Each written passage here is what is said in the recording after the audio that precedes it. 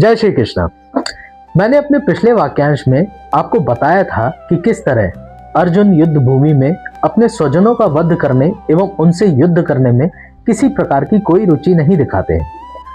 अब अगले वाक्यांश में अर्जुन श्री कृष्ण से कहते हैं कि हे गोविंद, हमें राज्य, सुख अथवा इस जीवन से क्या लाभ, क्योंकि जिन सारे लोगों के लिए हम उन्हें चाहते हैं वही इस युद्ध भूमि में खड़े हैं। हे मधुसूदन, जब गुरुजन, पितृगण, पुत्रगण, पितामह, मामा, ससुर, पौत्रगण, साले तथा अन्य सारे संबंधी अपना अपना धन एवं प्राण देने के लिए तत्पर हैं और मेरे समक्ष खड़े हैं, तो फिर मैं इन सबको क्यों मारना चाहूंगा, भले ही वह मुझे क्यों ना मार डाले। हे जीवों के पालक, मैं इन सभी से लड़ने को तैयार नहीं, भले ही बदले में मुझे तीनों लोग क्यों ना मिलते हों। इस पृथ्वी की तो बात ही छोड़ दें, भला धृतराष्ट्र के पुत्रों को मारकर हम कौन सी प्रशंसा मिलेगी। इस वाक्यांश का तात्पर्य है कि अर्जुन ने भगवान श्री कृष्ण को गोविंद कहकर संबोधित किया, क्योंकि वे तथा इंद्रियों की समस्त प्रसन्नता के विषय हैं। इस विशिष्ट शब्द का प्रयोग करके अर्जुन संकेत करता है कि कृष्ण यह समझें कि अर्जुन की इंद्रियों कैसे संतुष्ट होंगी, किंतु गोविंद हमारी इंद्रियों को संतुष्ट करने के लिए नहीं है। हाँ, यदि हम गोविंद की इंद्रियों को संतुष्ट करने का प्रयास करते हैं तो हमारी इंद्रियां स्वतः संतुष्ट होती हैं। भौतिक दृष्टि से प्रत्येक व्यक्ति अपनी इंद्रियों को संतुष्ट करना चाहता है और चाहता है कि ईश्वर उसके आज्ञा पालक की तरह काम करे, किंतु ईश्वर उनकी संतुष्टि वही तक करते हैं जितनी कि वे पात्र होते हैं, उस हद तक नहीं जितना वह चाहते हैं। किंतु जब कोई इसके विपरीत मार्ग ग्रहण करता है, अर्थात जब वह अपनी इंद्रियों की संतुष्टि की चिंता ना करके गोविंद की इंद्रियों को संतुष्ट करने का प्रयास करता है, तो गोविंद की कृपा से जीवन की सारी इच्छाएं पूर्ण हो जाती हैं। यहाँ पर जाति तथा कुटुंब के प्रति अर्जुन का अधिक स्नेह आंशिक रूप से इन सबके प्रति उसकी स्वाभाविक करुणा के कारण है। अतः वह युद्ध करने के लिए तैयार नहीं है।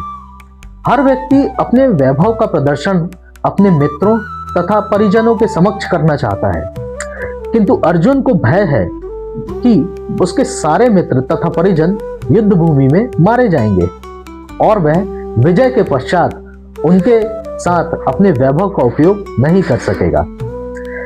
भौतिक जीवन का यह सामान्य लेखा जोखा है, किंतु आध्यात्मिक जीवन में इससे सर्वथा भिन्न होता है, क्योंकि भक्त भगवान की इच्छा की पूर्ति करना चाहता है। अतः भगवत इच्छा होने पर वह भगवान की सेवा के लिए सारे ऐश्वर्य स्वीकार कर सकता है, किंतु यदि भगवत इच्छा ना हो तो वह एक पैसा भी ग्रहण नहीं करता। अर्जुन अपने संबंधियों को मारना नहीं चाह रहा था, और यदि उसको करने की आवश्यकता हो तो अर्जुन की इच्छा थी कि कृष्ण स्वयं उनका वध करे। इस समय उसे यह पता नहीं है कि कृष्ण उन सभी को युद्ध भूमि में आने के पूर्व ही मार चुके हैं और अब उसे केवल उन सभी की मौत का कारण बनना है। भगवान का असली भक्त होने के कारण अर्जुन अपने अत्याचारी भाई बंधुओं से प्रतिशोध नहीं लेना चाहता था, किंतु यह तो भगवान की योजना थी कि सबका वध हो। यद्यपि अर्जुन उन्हें क्षमा करना चाहता था। भगवान के भक्त दुष्टों से प्रतिशोध नहीं लेना चाहते, किंतु भगवान दुष्टों द्वारा भक्त के उत्पीड़न को सहन नहीं कर पाते। भगवान किसी व्यक्ति को अपनी इच्छा से क्षमा कर सकते हैं, किंतु यदि कोई उनके भक्त को हानि पहुंचाता है तो वह उसे क्षमा नहीं करते हैं, और यही इस वाक्यांश का सार है।